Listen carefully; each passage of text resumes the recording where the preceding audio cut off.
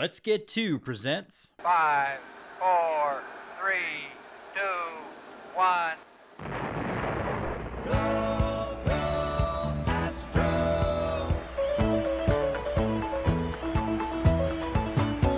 Here come the Astros, burning with desire.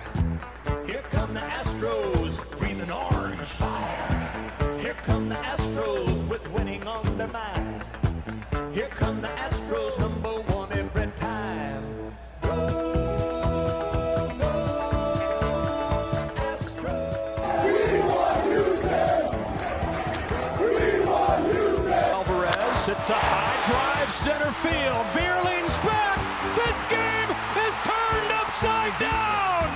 And the pitch is lifted to right by Castellanos. Long run for Tucker over toward the line and foul territory. Makes the catch, and the Houston Astros do it again. 2022 World Series champions.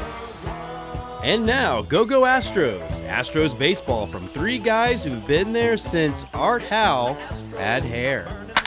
Good morning, Astros fans. And yes, it's a good morning because we have some of the best people in the world that are also fans of the best team in the world.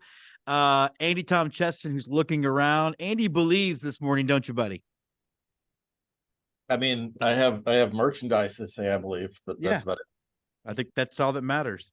And in coming to you from Philadelphia now, as he works his way, I guess, down Independence Trail, Brian Arbor is here. Brian, how are you?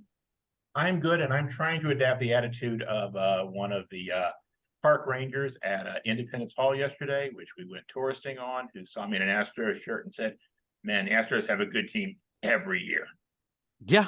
Well, we're going to get to, It should also be noted that Brian is in the one city in the NL East that hasn't indicted the former president. So there's that. Yeah. Well, come on, Philadelphia, get with the program. Philadelphia did defeat him in 2020. So, really, I was disappointed that Biden didn't come to celebrate here with Gritty and that guy who said he caught passes better than Nelson Aguilar. I did like how you mentioned, Justin said you were in the home of the National League champion Philadelphia Phillies. They had a really good run through the playoffs last year. It's something worth remembering. They do. They did, and they do. So, guys, I ended up catching for some random reasons, a couple of Clint Eastwood movies over the weekend. Jessica's doing corporate taxes, which means my job is to sit there and answer questions, which means I get to pretty much watch what I want to on TV. And it got me thinking about the epic Western. By the way, Clint Eastwood was a much better Western actor than John Wayne. You can message me all you want. I will die on that hill. But Good, the Bad, the Ugly. And there was good this weekend. And I wanted to start off with some good to be a little positive. Jose Altuve set all kinds of paces with his 2000s hit. I think he's the fastest Astro to get there, the third total, and the fastest player in Major League Baseball history to get 2,000 hits, 200 doubles, and 200 home runs. Is that right? Is that the correct stat? One of those stats. Anyway, Andy, thoughts on is he the greatest Astro of all time and just what this pace has been like? I mean, it was a very Altuve moment because he got thrown out doing something stupid on the base pass after he got his single. So, which seemed to be the theme of the day. I know that's not what we're talking about yet, but it's what should be one of the first big counting stats for him in what should be a Hall of Fame career.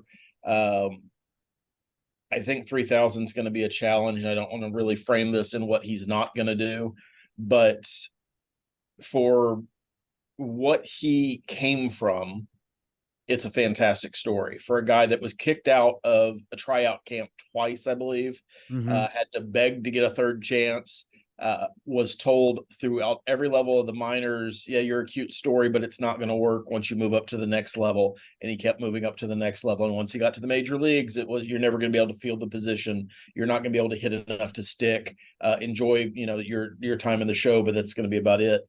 And to sit here 12 years later, because I think he made his debut in 11, if I recall correctly, sitting over 2,000 hits and having an outside chance to reach 2,000, but certainly with good health and a little luck, we'll get to 2,500. Can't predict the future, but it's a big deal. And the only other players who've reached this milestone in the Astros franchise history are both in the Hall of Fame, and that's Craig Biggio and Jeff Bagwell. You're a general he's in manager, good company. Jeff Bagwell. He's in good company. Brian, overall, your thoughts on it? And I just thought he was going for a Craig Biggio impression when he got the 2000th hit. I didn't know that he was. I don't know that he necessarily made a base running error. He's just being postmodern. He slowed down before he got to second. Don't excuse it. It's he can't run the bases. And if you're going to make a case for why he doesn't make the Hall of Fame, it's his inability to smartly run the bases. Brian. Yeah, the Spanish word for toot bland turns out to be Altuve. Something I've only learned in the last couple of years, but thank you, Duolingo. It's a remarkable accomplishment. It is, Altuve is the signature player, obviously, of the Astros golden era. And will he be a greater player than Jeff Bagwell in the end? We'll see what he does. He's playing great this year when he's in the lineup. So he doesn't show any signs of slowing down as he gets into his 30s. Hopefully he can stay healthier into the future. The other thing, of course, that the argument on who's the greatest Astro depends on is how much value you put into 92 playoff games, 425 plate appearances, and 844 OPS, and 23 home runs, which is, I think, the second most all time. I don't know that he's going to get to 79 WAR like Bagwell has. At the same time, it's a different argument. But again, that argument's really for, his Hall of Fame induction. Right now is Altuve is playing very well, and boy, could the Astros have needed that. Yeah, and the Hall of Fame. Andy, go ahead. I'm sorry, and one of the other things Altuve did in the last 7 days, I believe, is he passed up Lance Berkman in all-time WAR as an Astro. So he's now solidly in 5th place behind Cesar Cedeno, and realistically could pass him up this year, but probably early next year. So you're talking a top 4 all-time franchise best players of Jeff Bagwell, Craig Biggio, Jose Cruz, and Jose Altuve. Altuve probably finishes in the top 3, if not top 2.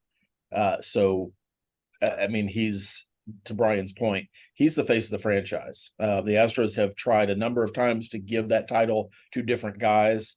Hunter Pence famously wasn't ready for it, although the fans all wanted to give it to him.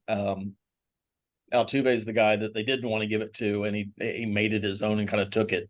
And I don't see anybody taking it from him until he's ready to retire. Yeah, and I do think he retires an Astro, and I do think I do think that,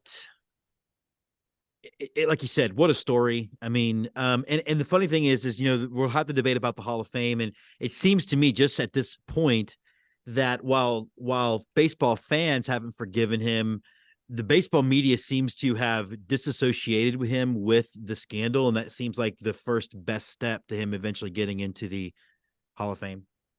Look, we know from Tony Adams' great research, and shout out to Tony. I think we all follow on X now, I'm supposed to say, on Twitter. That there were 3 guys who didn't use the system: Josh Reddick, Jose Altuve, and Tony Kim, who always has my respect, because Tony Kim had just gotten called up from the majors, and like the most respected players in baseball were using it. Will that matter? Yeah, I think it will, but it takes a long time to do that. And of course, part of the reason that fans haven't forgiven the Astros is they thought you were only good because of the cheating. And again, because people apply Tony's research, they know that you actually don't get that much of a benefit from cheating. It wasn't worth it to do it. And 2, but it also means that, hey, the Astros haven't been not good. They haven't declined really since that 2017 team. And well, that's what they're not being forgiven for by fans. That's ultimately it. Yeah. All right. Well, Andy, we'll jump with you first on this one. So the bad was the Astros this weekend. It was the sweep. The starting pitching from the arms we're supposed to count on continues to struggle, and it's really embodied in Framber. The non-hitter notwithstanding, it looks like old Framber. He's losing his cool on the mound. Having been live when he hit, I forgot who it was with the Rangers. And then had the same exact kind of Marcus Simeon. Marcus Simeon, and then having done the same thing last night, I don't believe for a second that it wasn't intentional. What is going on with? Because let's be honest, we can talk about all the other elements of the Astros, and we will. If Framber doesn't go, this team doesn't go anywhere. I have nothing to support my guess on what's going on with Framber, but my guess is that his techniques for dealing with his stress and anxiety and whatever was happening to him on the mound before he was talking to a sports psychologist famously last year isn't working this year. And I think a big part of it's because the pitch clock doesn't allow him to take the breaths and beats that he needs to gather himself pitch to pitch. And I think what we saw earlier in Framber's career, when things snowball on him, if things are going well, he's great and he's very even keel. But he was always the guy that one error in the field behind him or one bad call could derail him for an entire half inning. And I think you're seeing it now because he's just not focused the way he needs to be focused. His stuff is still great. He's not it's not a situation where he's forgotten how to pitch. It's simply a situation where his focus has to be so great, and it's not great right now. And he's admitted to that. Like, that's not the focus part is not you pulling out of your butt. He said several times, I wasn't focused. And the problem for me there is, I don't know that that's a problem you fix this year. I think it's fixable. I think that if he has found value in having a sports psychologist and having whatever mental routine and mental tools he needs to combat his issues, they can teach him to do it quicker. But I don't think that gets fixed between now and the end of September, which is a big problem for the Astros because you've built your rotation around him being the guy.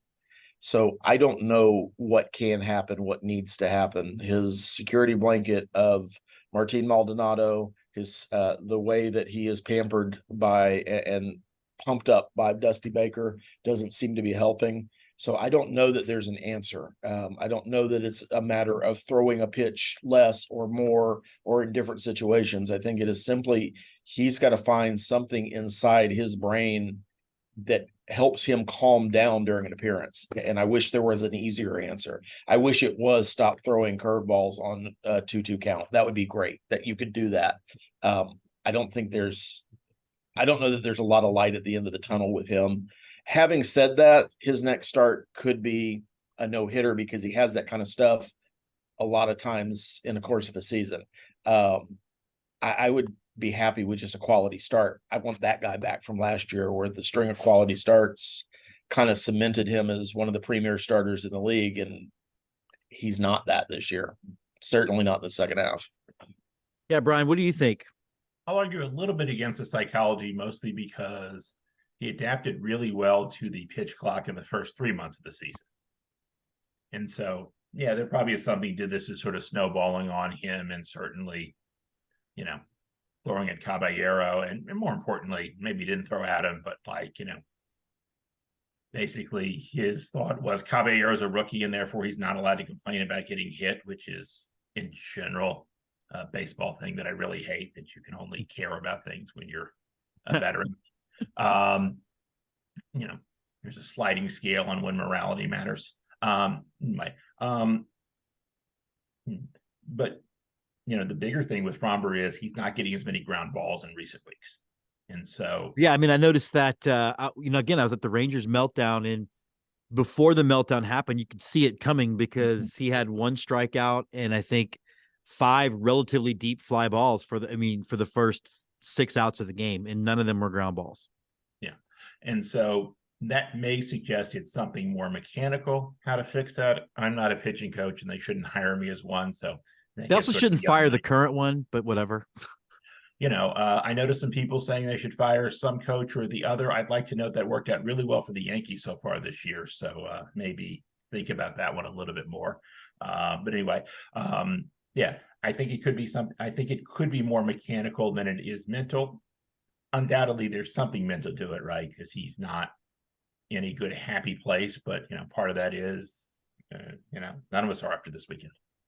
We also saw it too. We'll start with Brian on this one. We've also seen it with Hunter Brown. And I think the Hunter Brown thing is probably easier to explain that while he might also have some of those same frustrated moments because he is in fact a rookie, he's also now pitched more innings than he's ever thrown. We could be seeing some fatigue there, but and I hate to get to this whole should Dusty have done this or that, but should Dusty have had a quicker hook yesterday, knowing that a sweep to the Mariners was honestly, a less than ideal thing. Obviously, if we look at the game itself, probably so. They could have used, obviously, they lost by 1 run. Managing is about sort of the long term. And I am frequently critical, I would say mildly so, of Dusty for not having a quick enough hook. But that's usually in the 5th or 6th inning when, you can get a regular amount of work out of your bullpen. Less so yesterday where, I really like to get out of at least the 3rd inning with this guy. Yeah. Here. So I'm less critical of that. Because again, they're sort of longer term things, and they're in this stretch where they don't have an off day for a while. So that to me is a little more understandable than Dusty's constant insistence that he should use the 100 pitch mark rather than the 3rd time through the order to tell him when to go to the bullpen. Andy, was the mistake not pulling Hunter Brown quick enough, or was it in the game that you had already clawed your way back into going with Mashinsky instead of? Clearly, you were comfortable with using Stanek in that inning. I mean, I don't know that it's a mistake. We just got beat. We just got beat all weekend. So I don't know that. I think a lot of like a lot of people, there's just a lot of guessing and supposition right now. The Astros are just playing bad baseball, and when you play bad baseball, everything gets magnified. If the Astros played better defense, if they hit better situationally, if the lineup was set up differently, if Kyle Tucker didn't get the stomach shits this weekend. I mean, all of it is the bubble guts. All of it is just everything bad that can happen is happening. Thank God nobody's gotten injured, because that would just be icing on the cake. But that's kind of, everything's just kind of snowballed. And the nice thing about that is you can get out of it pretty easily by starting to play better baseball. For me, it's got to start with defense, because defense helps your pitching. It puts less pressure on those starters to be perfect. I think if you're playing good defensive baseball, it carries over to the offensive side because hitters have more confidence. That's certainly the case with a guy like Jeremy Pena and a few others in our lineup. When they're going good defensively, they tend to go a little bit better offensively.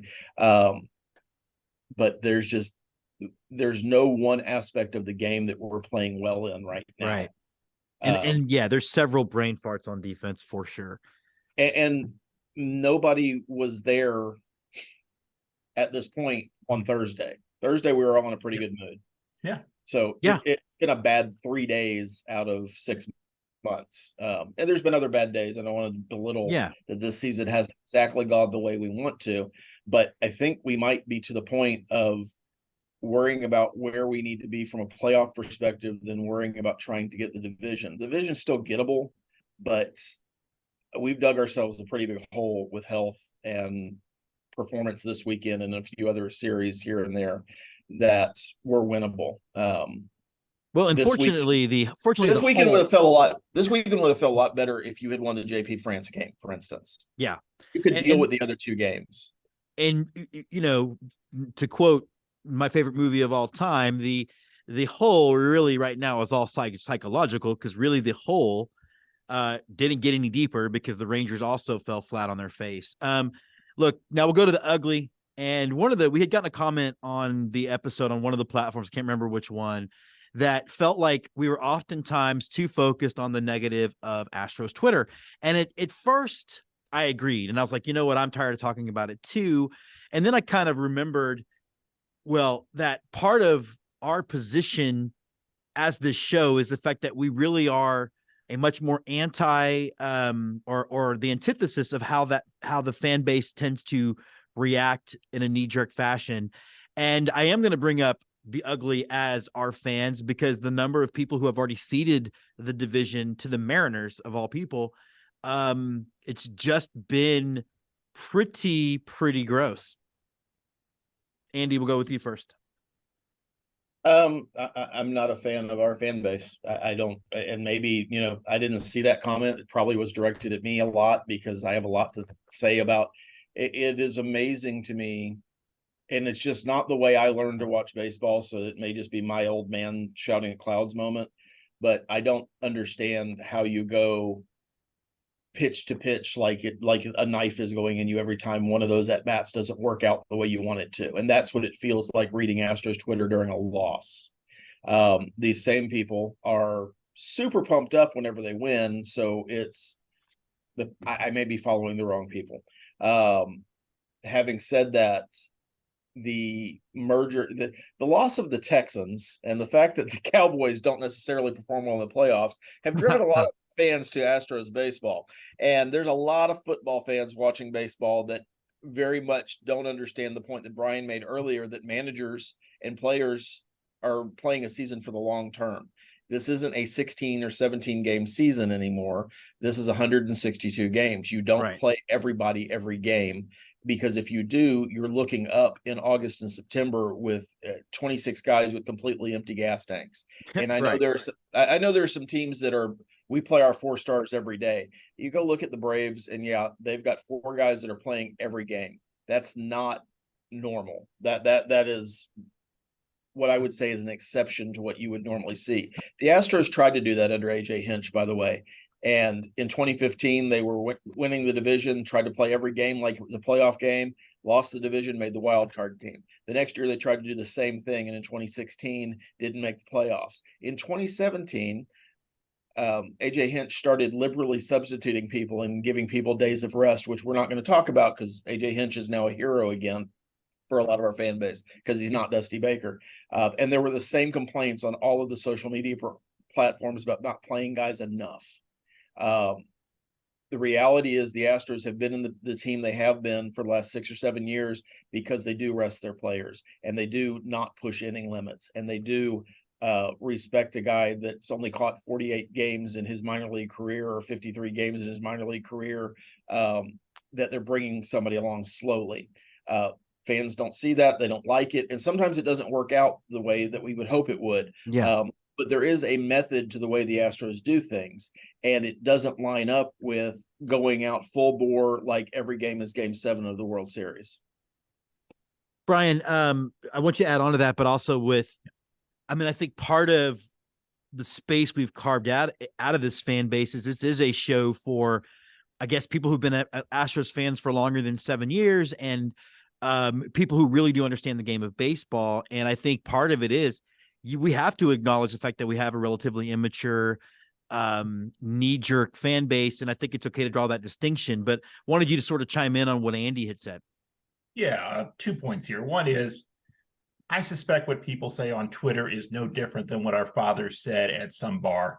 Or on a sports talk radio. Yeah, 1988 or sports talk radio. And our grandfathers said at their bars in 1958 over whatever team they, since the Astros didn't exist then, but, sort of whatever that is, it's just a different format. And probably people are just as drunk then as as they were back then. While saying that, some of the experience of sports, right, is the emotional attachment to it. Part of why I like baseball is, and that's part of why I love college football, right, is that every game truly does matter, and a loss truly is a disaster.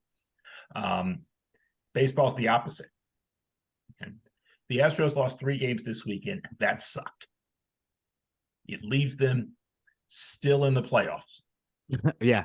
It leaves them ahead of the Mariners. A friend texted to our group chat, the real big series this weekend. And my reaction, I should have replied this. No, it's not, because even in the worst case scenario, and we're in the worst case scenario, again, that sucks. But the worst case scenario is they're still in the playoffs. They have to outplay some teams over the next set of games. They are fortunate that the Rangers also had a bad weekend, and they didn't lose any ground to them. They can still achieve things, including, again, the Mariners are a little bit closer, but they're ahead of them, and they can move things along. Bad weekends happen. Bad 3-game series happens, and they happen all the time. Remember last year when we got swept in Oakland? I remember we got swept in Oakland in 2017 too. Yeah, and both of those were very unpleasant. And when they didn't get swept in 2017 or 2022? October. So this is me keeping my fingers for like better to get swept now than it would be in October. And again, this team, like I look at the Fangraphs odds today, there were over 80% chance of getting to the playoffs. Is that down? Yeah, it's down because I think it was over 90 last week, but it's still, they are, almost certain to get to the playoffs. They do need to turn this around. But hey, the nice thing about baseball, particularly ahead of football, is they get to play tonight. Yeah. And they win tonight. We're all going to feel a little bit better here. What are their chances of winning tonight? They do pretty well against the Red Sox. So I like their chances. Yeah, Andy, I just feel like, not that I wouldn't want to use the phrase culture war, but I do think it's fair that, you and I in particular, and I know Brian does this too, but we engage with a lot of fan bases that are not the Astros. And it's sort of, at least for me, it's I guess sort of embarrassing to see as many of our fans just jump off the bridge. Michael Schwab shared a schedule breakdown, and any neutral person clearly looks at the Astros path overall as an easier path.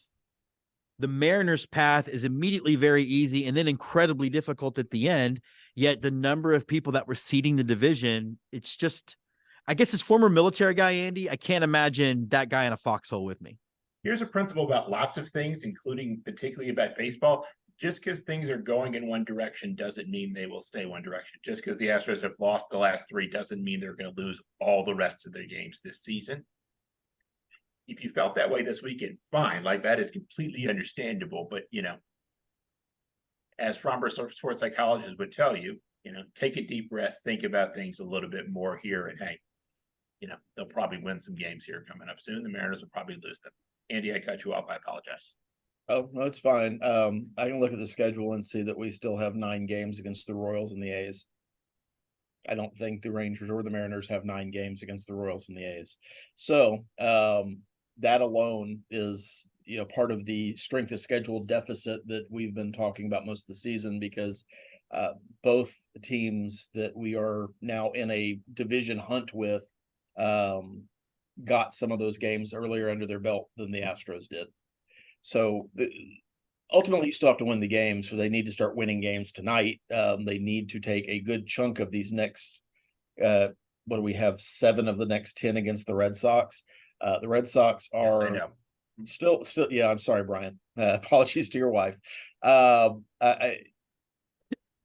You've got to take 4 or 5 of those at the very least. You'd like to do even better than that, but you've got a lot of teams that are either close to being out of the race or out of the race left in the remaining 40 or so games that the Astros have, 39 games, whatever it is.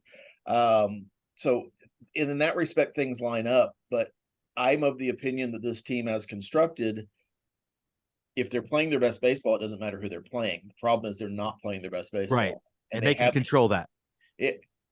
I think you can control defense. I don't think we have players that are defensively challenged outside of first base. Yeah. Well, and I'll say this before our next topic, and we'll start with Andy on that. But if there's a fan base in Texas that should have a knee-jerk reaction over a 3-game series, it is in Arlington and is not in Houston, because at least there have been many, many ways the Astros have made it to the ALCS in the last 6 years. We can look at 2020. We can look at 2019. This is a team that does pretty well with its back against the wall. Andy, you had a final thought on that? But that colors the whole thing. We're in second place. If we were in first place 4 games up, we wouldn't be, our fan base would not have nearly the consternation and gear grinding that they're doing right now about what's going on. Yeah, there'd be chirping because we just got swept, but the issues we're in second place, and most of our fan base has not seen second place outside of 2020 since 2016. Yeah, I mean, you're right. That's a long time to not be in second place or not be in first place. I know that I think we went to Andy first most of the show, but I want to go with Andy first on this one again, because I'm curious as to how both of you will answer. It's better that Brian goes last anyway. He's smarter than I am. Look, the Astros had a team meeting led by Maldonado. People, of course, were dissing the fact that Maldonado should have benched himself, which I don't understand that idea. But do team meetings in baseball work? I think they work in football, but do they work in baseball, Andy? If the result's good, they work. If the result's bad, they didn't work. That's the reality of it, because there's a lot of times that teams have meetings that you don't ever know about. The most recent example of the Astros having a team meeting that went well is Michael Brantley gathered the team together after game 4 or 3 of the World Series, the first game in Philadelphia, and they went out and threw a no-hitter the next night. Do those things have any correlation at all? Probably not. But it's a great story if it works. If not, it's just more fuel for the fire for the fan base. The fact that Martin Maldonado led or spoke during said meeting is just, again, our fan base being immature babies about, we don't like this guy, so he shouldn't talk. And it's a lot of what I would guess is people who have never played sports, never been in a team environment, whether that's sports or work or whatever, and understand that every person on that team has a right to have a voice on that team. And sometimes your leaders aren't your heroes, if that makes sense. Totally. So sometimes it's not Jose Altuve or Carlos Correa or Jeff Bagwell leading a team meeting. A lot of times it's the glue guys that are holding the roster together that are the ones that speak up, that get listened to. And we just talked about 2 of them. Martin Maldonado and Michael Brantley are guys in our clubhouse that do provide leadership. Whether we like Maldonado or not, you don't earn the leadership role by necessarily your performance on the field. It's a lot of how you deal with guys and build relationships, which Twitter is the antithesis for. So I understand why people who live on Twitter don't understand about building relationships. We weren't going to be negative about our fan base anymore, though, so I'm going to stop now. Brian. The Yankees had a team meeting on before their game on Saturday, and they promptly went out and lost 2 straight to the Red Sox. So what I believe before that, and certainly believe now, is that Aaron Boone is worse at team meetings than Martin Maldonado. So I have more faith in our people doing that than they do. And was it a players only meeting, or was No, it? because Boone spoke at it. Okay. We learned about it from Boone, telling them about telling reporters what he said. Well, I think as we start measuring effectiveness, obviously we need to make a delineation between player only meetings and team meetings, because maybe one's better than the other, or it's all worthless. I guess last thing real quick before we do our final sign off.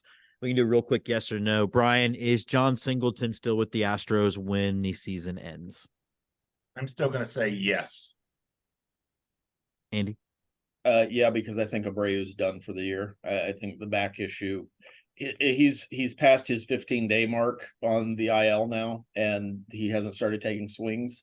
And we're now getting into the point where there is not going to be a minor league season much longer for him to rehab at. And I don't know that he has a spot on a playoff roster if his back's not 100% and he can show they can, swing the bat effectively. So failing that, we don't have another first baseman on the roster. So by default, it's John Singleton. All right. Well, that does wrap up this Go Astros. And I guess my parting thought will be, streaks are only going to go as long as the next day starting pitcher. And when the guy that's going tonight is on his game, he's really hard to hit. I think that we'll start turning it around tonight. Go Astros. The last time we had a team meeting, the next day's pitcher was same guy, and he had a pretty good game. So go Javier, go Astros. I just hope both teams have fun. Go Astros.